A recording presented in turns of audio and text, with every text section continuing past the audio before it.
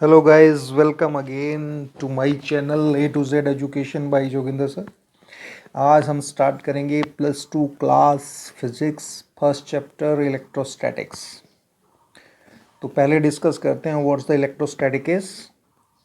Electrostatics is the branch of physics which deals with the study of charges at rest, the forces between the static charges and potentials due to these charges। ये सारे के सारे phenomenas electrostatics के अंदर आते हैं।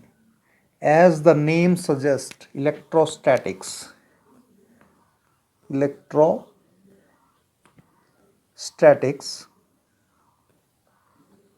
it is composed of two words, electro plus statics।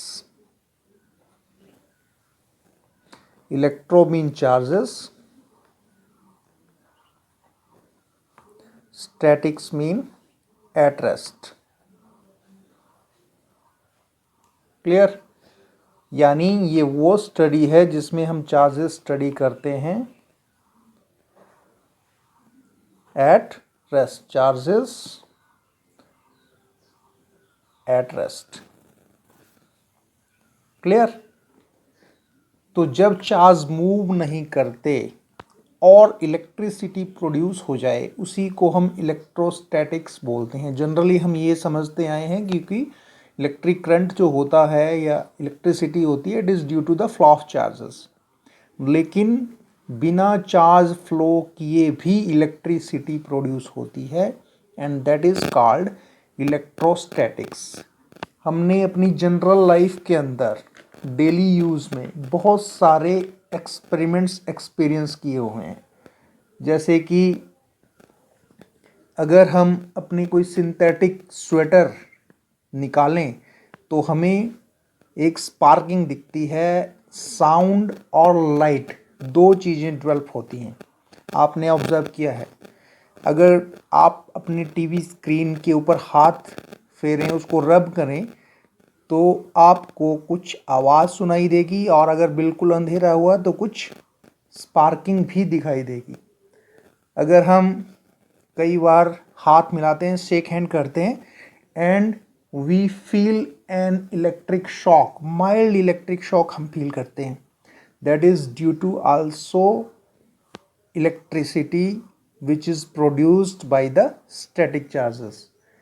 Clear? तो ये सारे फिनोमिनाज हैं जो इलेक्ट्रोस्टैटिक्स के अंदर आते हैं। अब बात करते हैं चार्जेस के बारे में। व्हाट द चार्जेस, और you can say electric charge.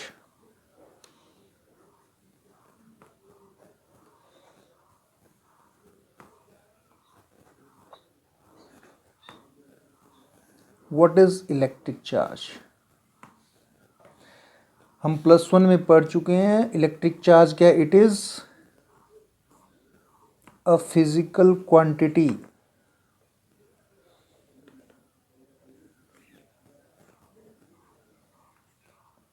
with which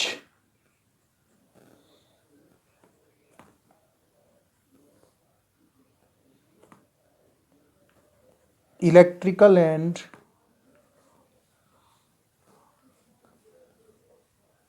and other related effects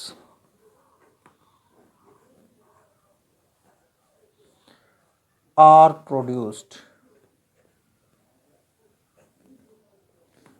electrical and other related effects are produced, उसको हम इलेक्ट्रिक चार्ज बोलते हैं। इसको हम डिनोट करते हैं लेटर क्यू से। It is denoted by Q, right.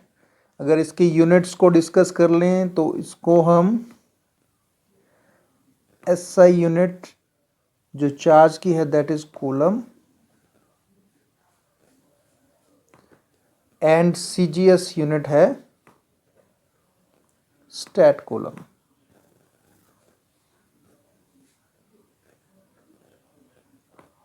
इसका जो डायमेंशनल फॉर्मूला होता है वो होता है AT, A for ampere, T for time, AT. Clear? So charge is a physical quantity with which electrical and other related effects are produced. Electrical and other related effects का मतलब हो गया कि जैसे चार्जेस एक दूसरे के ऊपर फोर्स अप्लाई करते हैं, चार्जेस इलेक्ट्रिक फील्ड प्रोड्यूस करते हैं, इलेक्ट्रिक पोटेंशियल बनाते हैं, ये सारे के सारे इफ़ेक्ट्स जो हैं वो चार्ज के द्वारा प्रोड्यूस किए जाते हैं. अब बात कर लेते हैं kind of charges. Kind of charges. Charges हमारे पास दो तरह के होते हैं. वन इज पॉजिटिव चार्ज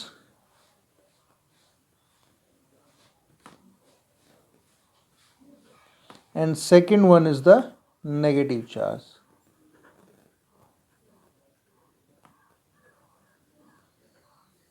अब ये पॉजिटिव और नेगेटिव चार्ज क्या है, इनको जानने के लिए समझते हैं पहले एटम के बारे में. अगर हमारे पास एक एटम है, सपोज इट्स अ एटम,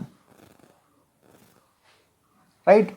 हमें पता है एटम का सेंट्रल पार्ट जो होता है वो पॉजिटिवली चार्ज न्यूक्लियस होता है जिसमें पॉजिटिव चार्ज होता है, और इसके around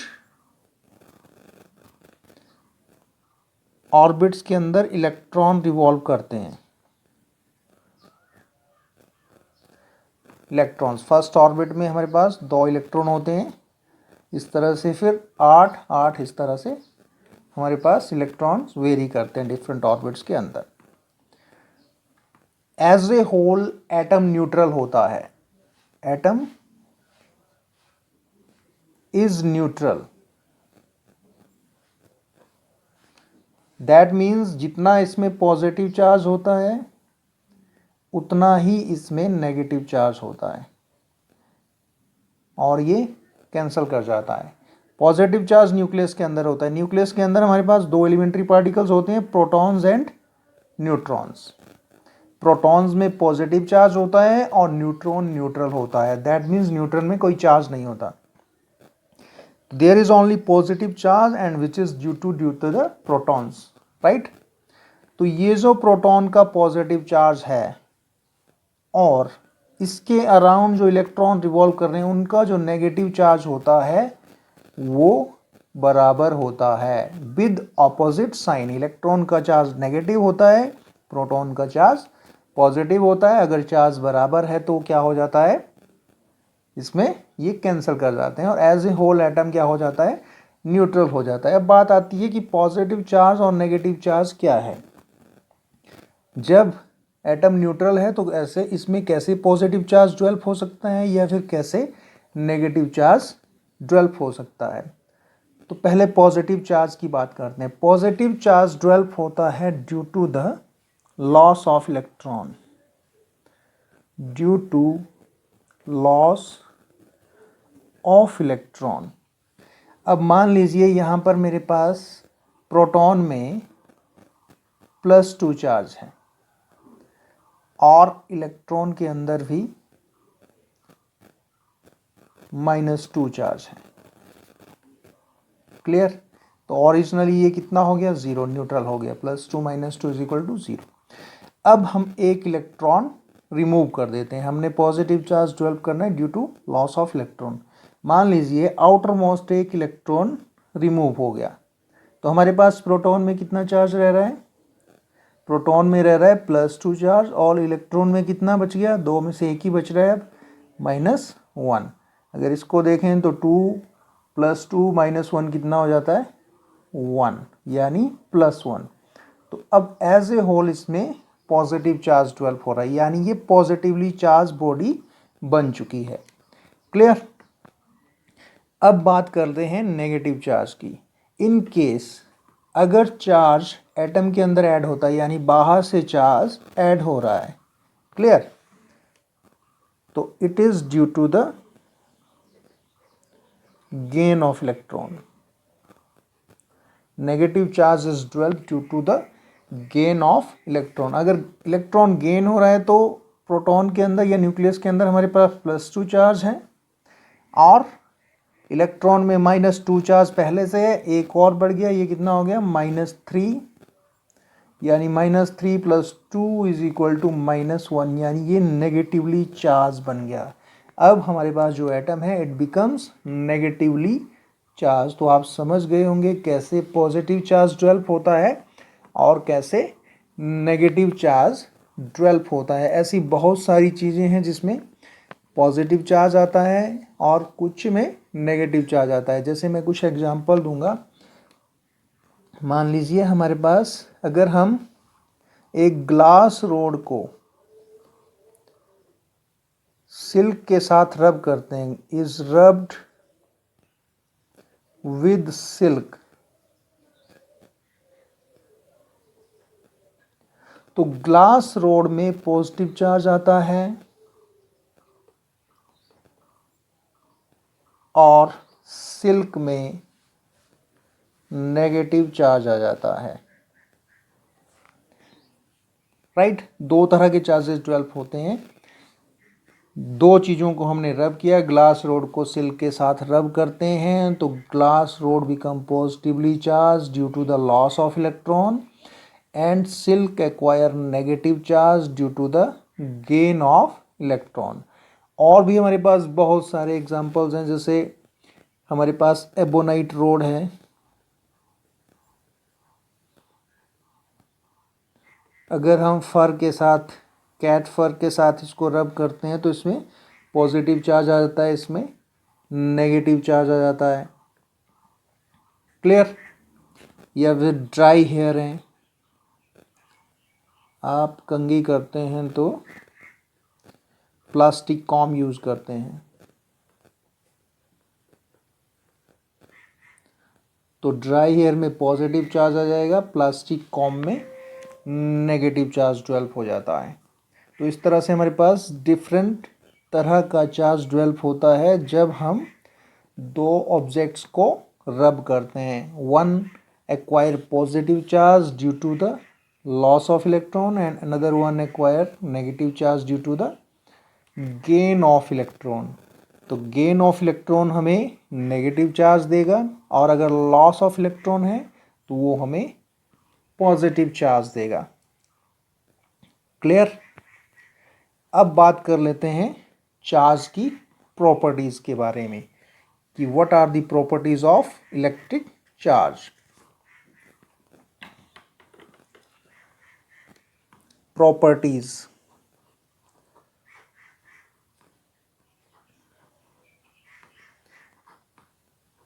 of electric charge.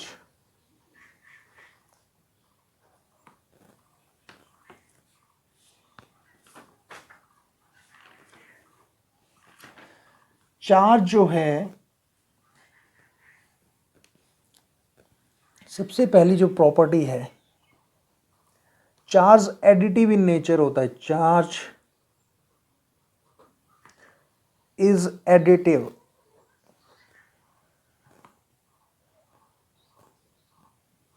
In nature. Additive in nature का मतलब होता है कि दैट इज जो नेट चार्ज होता है, net charge on a body is algebraic sum of individual charges।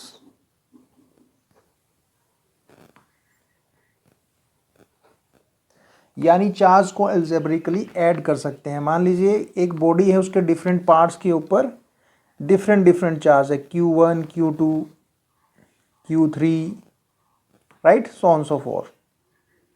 तो अगर हम ये सारा चार्ज ऐड कर लें तो ये एल्जेब्रिकली सम हो जाता है, यानी इसका नेट चार्ज जो होगा वो sum equal to the net charge is equal to the sum of all these individual charges, इनका प्लस हो जाता है। जैसे हम जनरली 1 + 2 + 3 + 4 करें तो उसको प्लस कर लें तो वो जितना भी होगा वो उसको हम ऐड कर सकते हैं। तो एल्जेब्रिकली चार्ज को ऐड किया जा सकता है। दूसरा है हमारे पास दूसरी प्रॉपर्टी, चार्ज क्वांटाइज्ड होता है। Charge is quantized.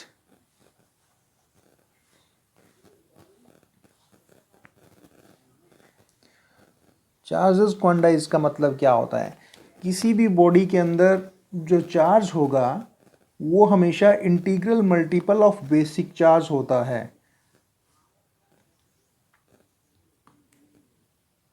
That is all free charges, यानी जितने भी चार्जेस होंगे, all free charges are integral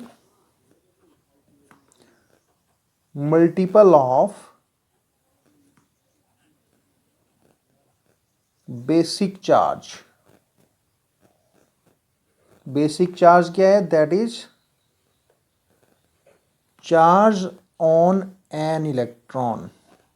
याद रखना है, charge on an electron. Electron के अंदर जो चार्ज होता है वो सबसे कम चार्ज होता है, उससे कम चार्ज पॉसिबल नहीं है। और ये कितना होता है ये भी हम डिस्कस करेंगे। पहले क्वांटाइजेशन में बता लूँ, Q इज इक्वल टू जो चार्ज होता है किसी भी बॉडी के अंदर वो होता है integral multiple of basic charge, यानी Q is equal to plus minus n e. N कोई भी इंटीजर्स हो सकता है, पॉजिटिव हो सकता है, नेगेटिव हो सकता है, और e is the charge on an electron, और ये बॉडी का charge, right. N is any integer, और ई क्या है? E is charge on electron. Electron के अंदर चार्ज कितना होता है? Charge on electron, charge on electron होता है -1.6 इंटू 10⁻⁻⁻19 कूलम्स। याद रखना है, charge on an electron is negative charge होता है, -1.6 इंटू 10⁻⁻19 कूलम्स। क्लियर? अगर हम बात करें इसके मास की,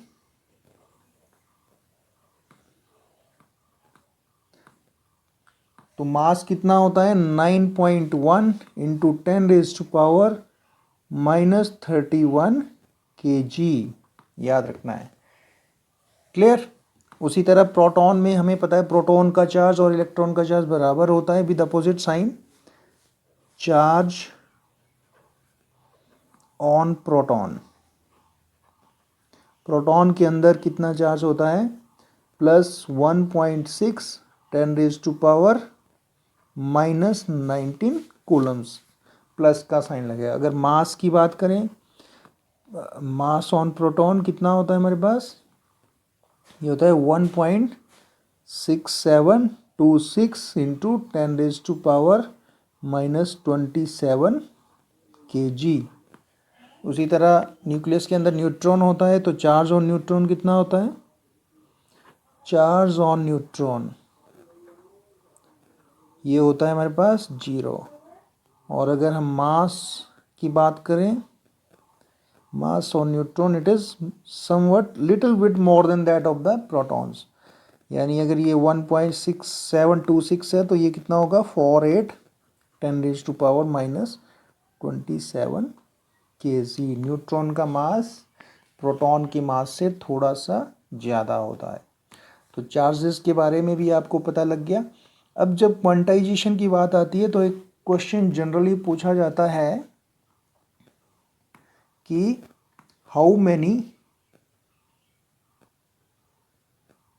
electrons are there in 1 coulomb of charge. 1 coulomb charge में कितने इलेक्ट्रॉन्स होते हैं? तो हम अकॉर्डिंग टू क्वांटाइजेशन हमें पता है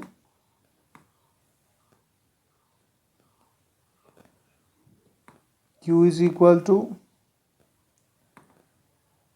एन ई। क्लियर। हमें नंबर ऑफ इलेक्ट्रॉन्स निकालने हैं, यानी इंटीजर निकालना है। N is equal to q upon e. Q हमारे पास कितना है, it is given charge on 1 coulomb of charge में निकाला, यानी 1 कूलम। ई हमें पता है 1.6 10⁻⁻19 कूलम्स। अगर इसको सॉल्व कर लें तो ये आता है 6.25 इंटू 10⁻18, यानी n की वैल्यू हमारे पास 6.25 इंटू 10⁻18 इलेक्ट्रॉन्स। तो याद रखना है 1 कूलम ऑफ चार्ज में 6.25 इंटू 10⁻18 इलेक्ट्रॉन्स होते हैं। क्लियर हो गया। नेक्स्ट प्रॉपर्टी के ऊपर आते हैं। नेक्स्ट प्रॉपर्टी हमारे पास चार्ज कंजर्व होता है। Charge is conserved. Charge is conserved, that is net charge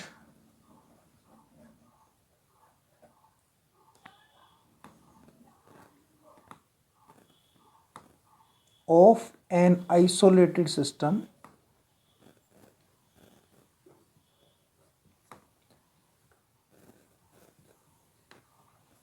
remain constant. Net charge of an isolated system remain constant, यानी जो नेट चार्ज होगा वो हमेशा कांस्टेंट रहेगा। जैसे मान लीजिए मेरे पास यूरेनियम है with atomic number 92 and mass number 238। अगर इसकी डीके हम करते हैं तो ये टूट जाता है थोरियम में with atomic number 90 and mass number 234, और एक अल्फा पार्टिकल रिलीज होता है 2He4। Clear. This is the radio active decay. अब देखिए एटॉमिक नंबर ही हमारे पास चार्ज होता है। किसी भी एलिमेंट का जो चार्ज होता है उसके न्यूक्लियस के अंदर होता है, जिसमें, और उसी को हम एटॉमिक नंबर भी बोलते हैं और चार्ज भी बोलते हैं। क्लियर। तो बिफोर डीके हमारे पास कितना चार्ज है 92, और आफ्टर डीके कितना हो गया 92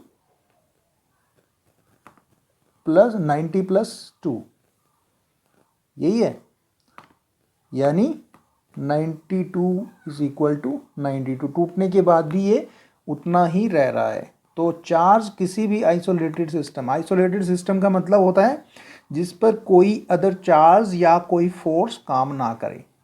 क्लियर। बिल्कुल अकेला, जिस पर कोई भी फोर्स या कोई अदर चार्ज उसके ऊपर अफेक्ट ना करे। क्लियर। तो 92 इज इक्वल टू 92। तो इस तरह से चार्ज हमेशा कंजर्व रहता है। नेक्स्ट प्रॉपर्टी है similar charges repel each other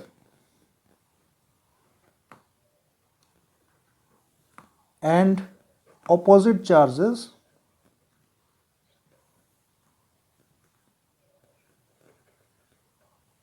attract each other, attract each other।